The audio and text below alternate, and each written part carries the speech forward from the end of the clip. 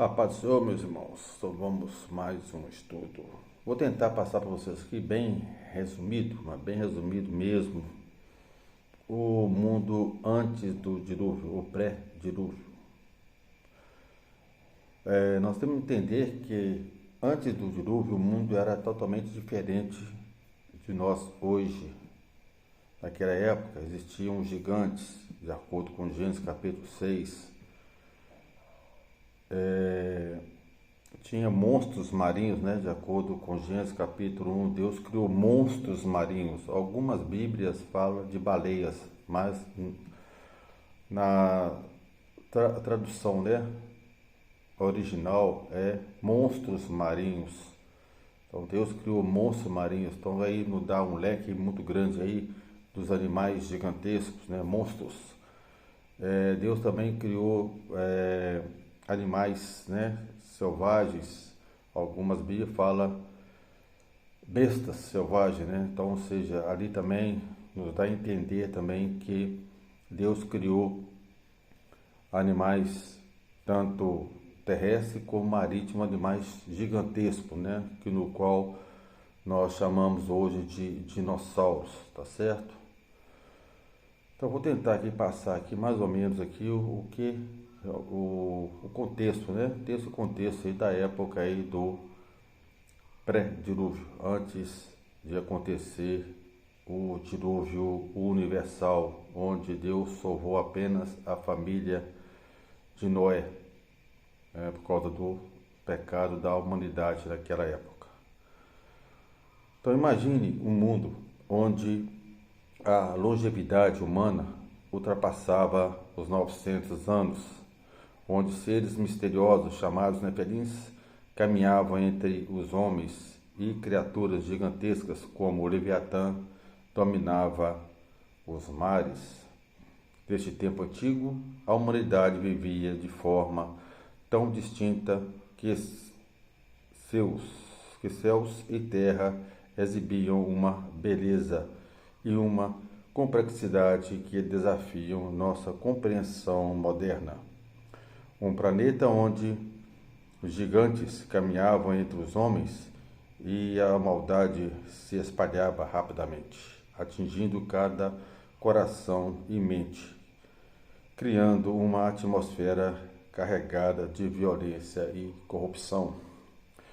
Este era o mundo pré-diluviano, uma época envolta em mistérios, fascínios e advertências divinas que reverberam até os nossos dias.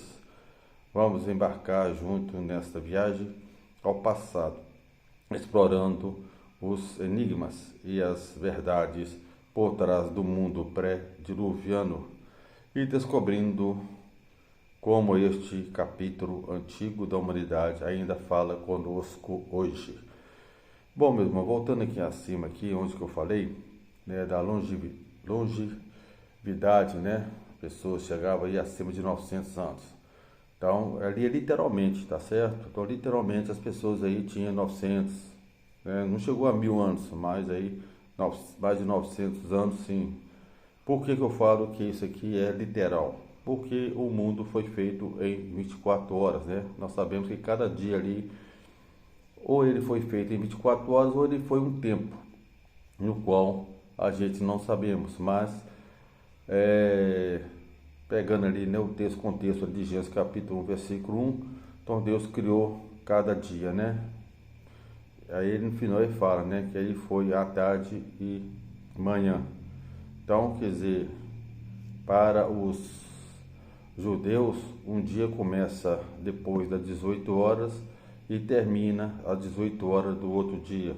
Então ali foi um dia realmente de 24 horas. Então quando a pessoa fala que morreu igual Adão, né? Adão morreu com 930 anos, né? A Bíblia fala que ele morreu com 930 anos. Então, quer dizer, literalmente ele viveu 930 anos depois do pecado, na minha visão, tá? Porque antes do pecado não existia morte. Se não existia morte, então não sabemos quanto tempo que Adão e Eva viveram ali no jardim do Éden ali até pecar, né? Depois que pecou, aí veio a morte. Então, a partir dali, daquele momento ali que conta ali para mim, na minha visão teológica, biblicamente falando, teológico, é a partir daquele momento ali que conta a idade de Adão e Eva e da humanidade até hoje, tá certo? Então vamos lá, vamos começar então com a descendência de Adão e Eva, que acontece em Gênesis capítulo 4 e o capítulo 5.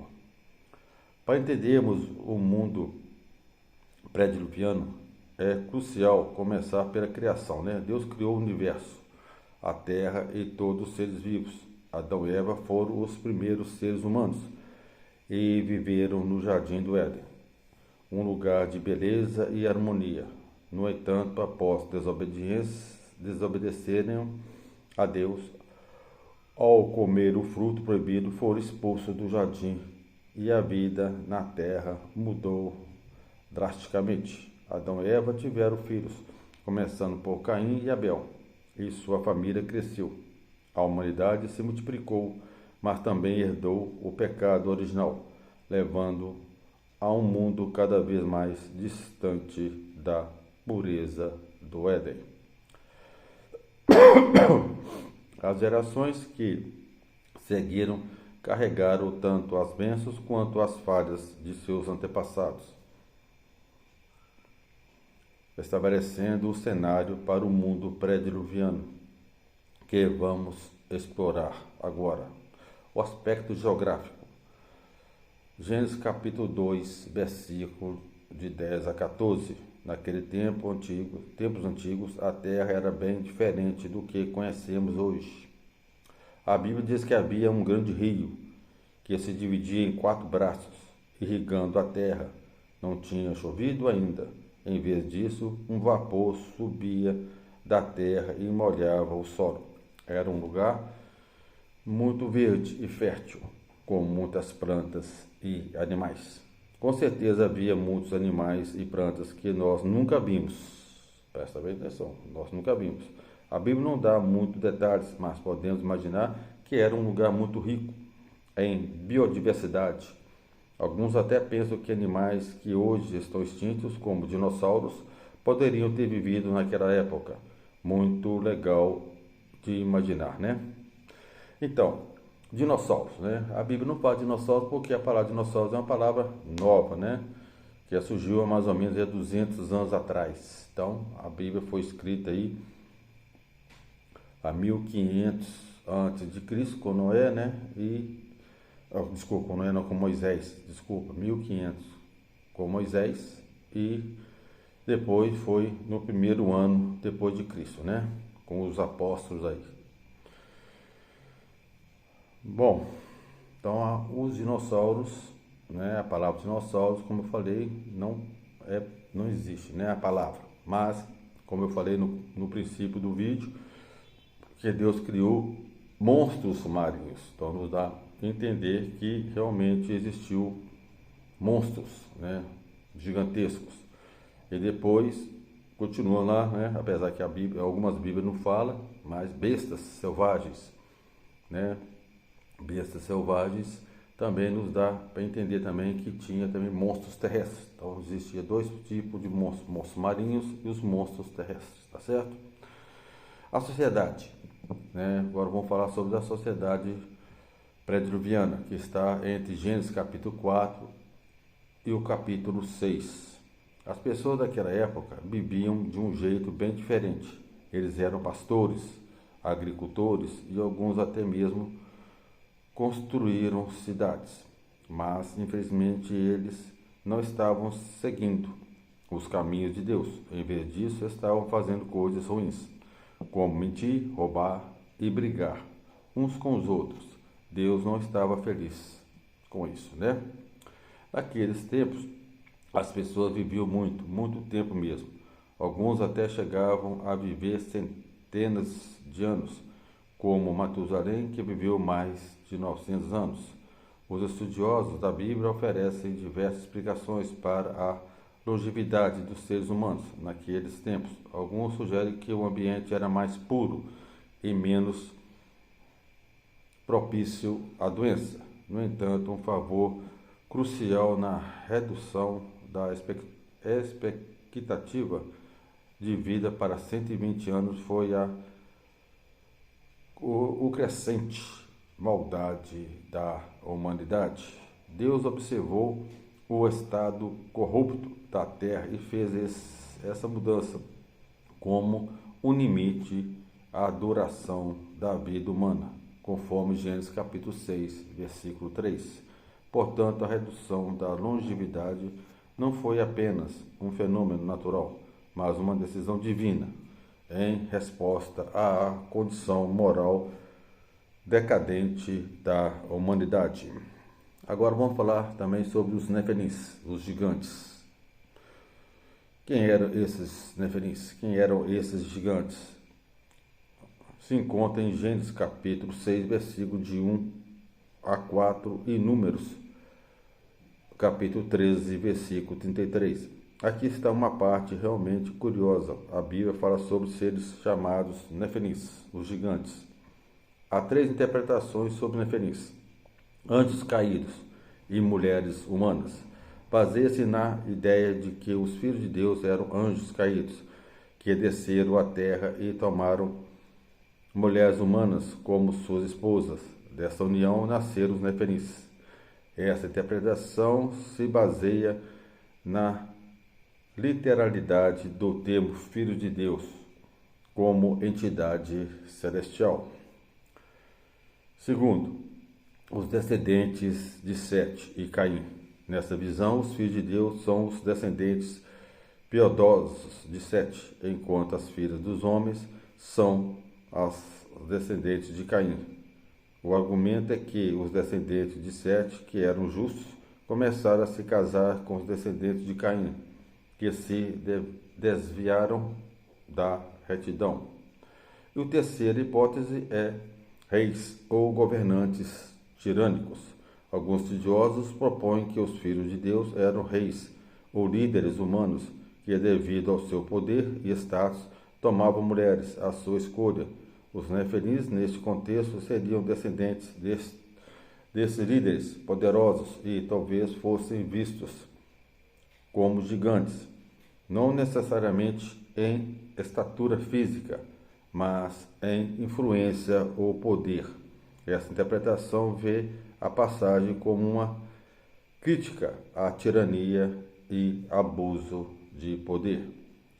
Os Nefelins, nesta interpretação, seriam produtos desta união, mista, levando à degradação moral, que eventualmente resultaria no dilúvio.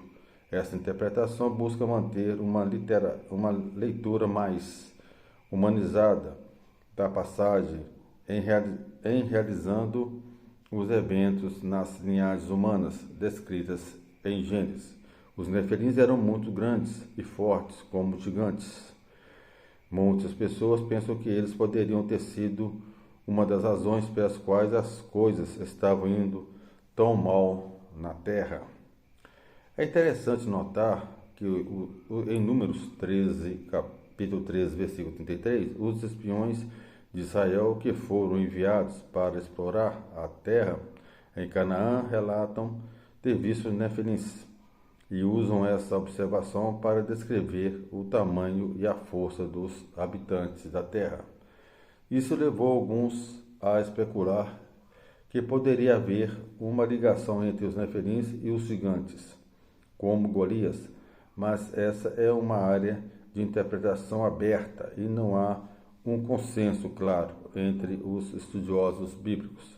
Portanto, enquanto Golias certamente partilha algumas características com os Nefelins, como o tamanho e a força, no entanto, não há evidência bíblica direta que afirme que ele era um deles.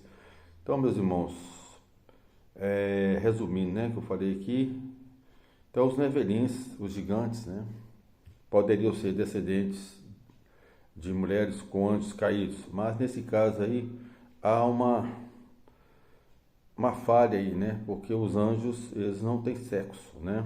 Então, de acordo com Jesus, Jesus fala que na vida eterna, né? Nós vamos viver como anjos, nós não vamos nos casar. Se nós vamos viver como anjos e não vamos nos casar, então não vai ter relação sexual. Se não tem relação sexual, então os anjos não têm sexo. Então aí há um erro aí, né? Que falar que esses filhos de Deus seja filhos de anjos com as mulheres. Sete Caim, né? Então, descendentes de Sete e com as descendentes de Caim. Então, os filhos de Sete casaram com as filhas de Caim, né? Com os descendentes de Caim. Aí vieram os gigantes. Mas a questão também de tudo isso aqui que eu falei aqui é que quando chega lá, depois do dilúvio, né? Lá na época de Moisés briga com um gigante de 4 metros de altura. Davi, né, luta também com Golias, 3 metros de altura. Então, aí tem uma, como é que eu vou dizer? Vou explicar para vocês aí. Então, tem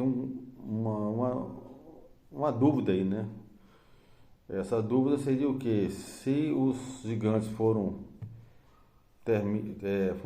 extintos durante o dilúvio, somente a família de Noé que foi salva, então como esses gigantes surgiram depois? Então aí há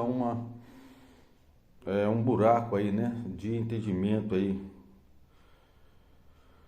Então aí ninguém entra em um consenso, então cada um aí interpreta aí, infelizmente aí ainda não tem aquele contexto certo que aconteceu isso e aquilo. Então muitas vezes aí são teorias, né? Então aí infelizmente aí são teorias que ninguém consegue aí explicar, né? Eu já pesquisei, já olhei, já tentei de toda maneira descobrir da onde que veio esses gigantes, tanto antes do dilúvio e depois do dilúvio. É muito difícil. Ninguém chega aí um bom senso aí, tá certo? Mas vamos continuar aqui o estudo, né? Leviatã. O Leviatã se encontra em Jó, capítulo 41, Salmos 104, versículo 26 e Isaías, capítulo 27, versículo 1. O Leviatã era uma criatura formada por Deus que representa força indomável e perigosa. A palavra Leviatã tem como significado enrolar, dar a volta, animal que enrola. Seu significado está assolado a uma criatura marinha por boa parte dos estudiosos da Bíblia, apesar de existirem pessoas que entendem que o seu significado possa ser de um crocodilo ou até mesmo um monstro marinho. Essa criatura é descrita em vários livros da Bíblia. Em Jó, ele é uma besta marinha, colossal, com escamas tão fortes que quase parecem uma armadura. Em outras partes da Bíblia, o Leviatã simboliza o próprio diabo. Acreditem ou não, ele podia até cuspir fogo. Aí você se pergunta, por que Deus criaria tal criatura? Talvez o Leviatã estivesse lá para nos mostrar o quão poderoso Deus realmente é. Afinal, somente ele poderia dominar tal monstro. O Leviatã nos lembra que somos fracos e precisamos de Deus. Nos Salmos, o Leviatã é uma criatura que brinca nos mares, talvez aproveitando a imensidão do oceano que Deus criou. E em Isaías, ele é descrito como um dragão no mar que um dia será punido por Deus. Agora você deve estar se perguntando, mas por que o Leviatã viveria no mundo pré-diluviano? Bem, pense nisso. Aquele mundo era diferente, um lugar cheio de seres incríveis, como os Nefelins, e quem sabe quais outros mistérios. O Leviatã, com sua imensa presença e força, se encaixa perfeitamente nesse mundo de maravilhas e horrores. Um mundo que eventualmente se tornou tão corrompido que Deus sentiu a necessidade de começar tudo de novo com o dilúvio. Então, da próxima vez que você ler sobre o Leviatã da Bíblia, lembre-se de que ele é mais do que apenas um monstro. Ele é um testemunho do poder, da criatividade e sim do julgamento de Deus. Então, nós temos Leviatã, né? Jó, capítulo 41, e nós temos também aqui o Belmonte.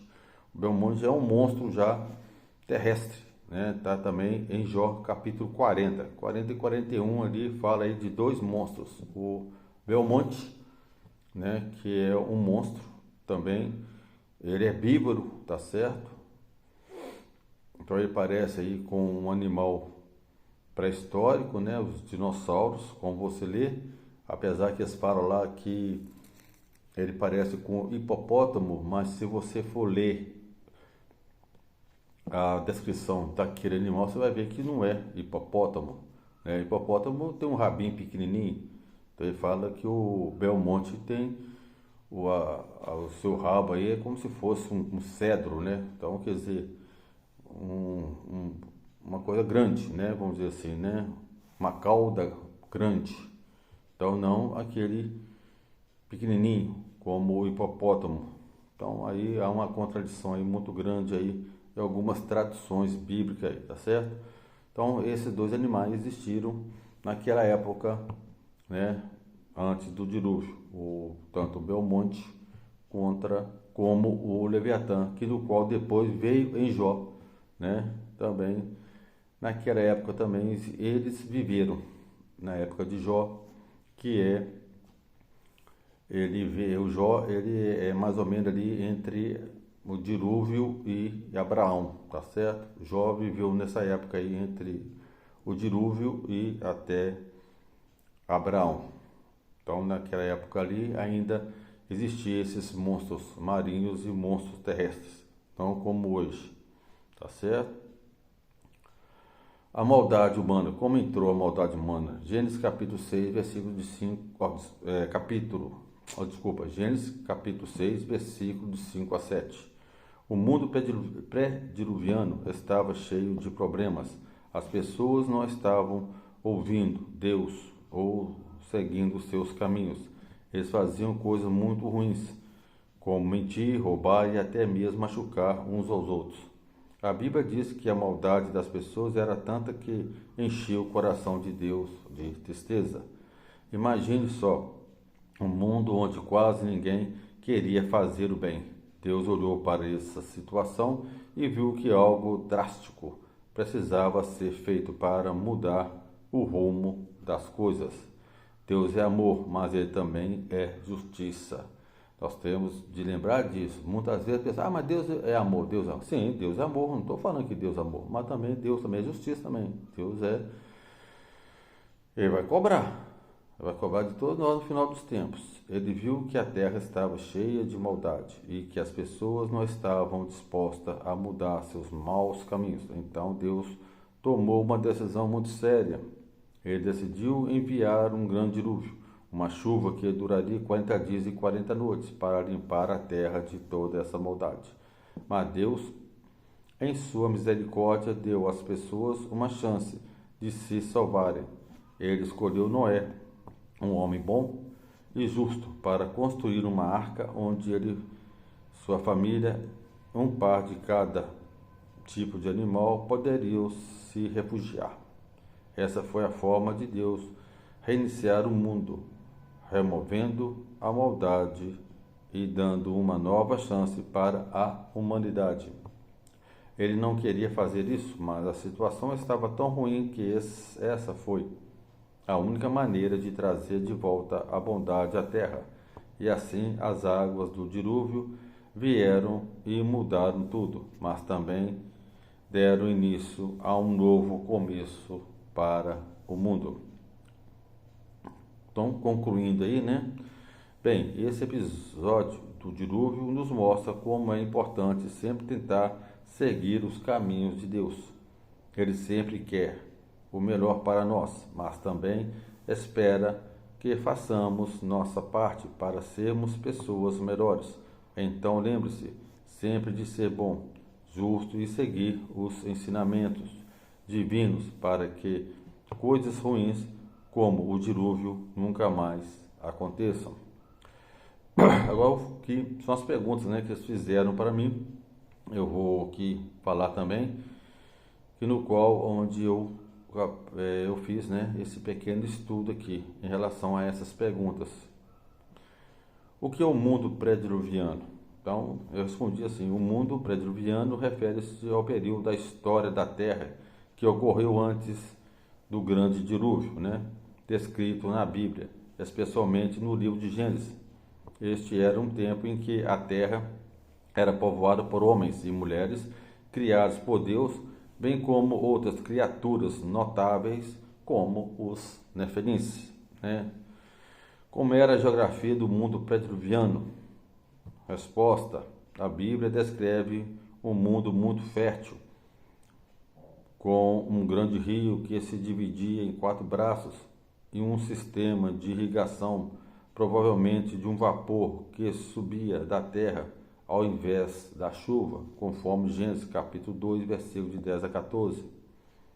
Quem eram os nefelins? Os nefelins são descritos na Bíblia como os filhos dos filhos de Deus e as filhas dos homens. Eles eram gigantes e muitos acreditam que a presença e as ações deles podem ter contribuído para a crescente maldade na terra pré-diluviana, conforme Gênesis capítulo 6, versículo de 1 a 4. Então, reforçando aqui, nesses filhos de Deus aqui, nós não sabíamos realmente quem são os filhos de Deus, né? Uns fala que são anjos caídos e outros, né, falam que são filhos de Sete, que tiveram relação sexual aí com as filhas de Caim, que eram os seres humanos que habitavam a terra naquele tempo. Os seres humanos eram descendentes de Adão e Eva, né? Até hoje, né, nós somos descendentes de Adão e Eva. Nós carregamos aqui o pecado adâmico e, de acordo com a Bíblia, tornaram-se numerosos e agiam com maldade, o que eventualmente levou Deus a decidir destruir a terra com um dilúvio, de acordo com Gênesis capítulo 6, versículos 5 a 7. O que levou Deus a decidir enviar um dilúvio para destruir a terra? A Bíblia afirma que Deus viu quão grande era a maldade humana na terra, como todos os pensamentos e intenções do coração humano eram voltados apenas para o mal. Esta extrema corrupção e maldade levou Deus a decidir destruir a terra e começar novamente, de acordo com Gênesis capítulo 6, versículos 5 a 7, né? Por que é importante estudar o mundo pré-diluviano?